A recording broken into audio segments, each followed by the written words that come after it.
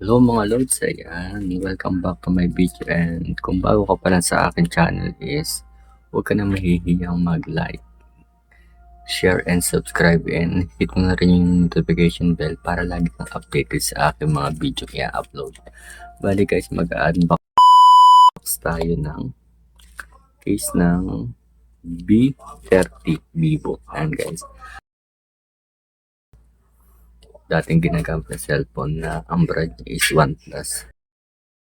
Guys, yun, maganda rin yung pang vlog kasi ang linaw din ng camera niya, video, at saka ang sarap din gamitin. Pero mas magandang gamitin niya itong Vivo kasi nga bago. Ayan, saka maganda rin yung quality ng niya, camera, saka video. Saka ang nagustuhan ko dito guys is yung storage niya, malaki-laki. 256. And na rin siya, yung Snapdragon 7 Generation 3. Tama ba? Ayan. Bali guys, i-unbox natin yung binili natin na case para sa ating B30. Vivo B30. Ayan. I-unbox natin guys. Bali guys, ito yung order ko sa Lazada.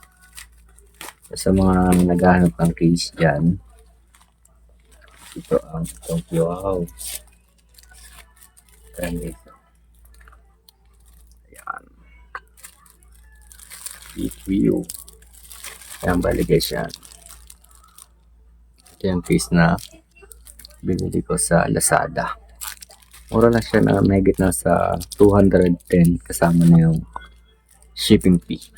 Ayan. At napakabilis niyang dumating. Bali mga 6 days lang siya from overseas.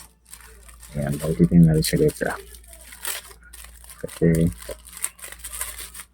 maganda kasi yung transparent. Ayan, ang ganda. Ayan mga lods, wow.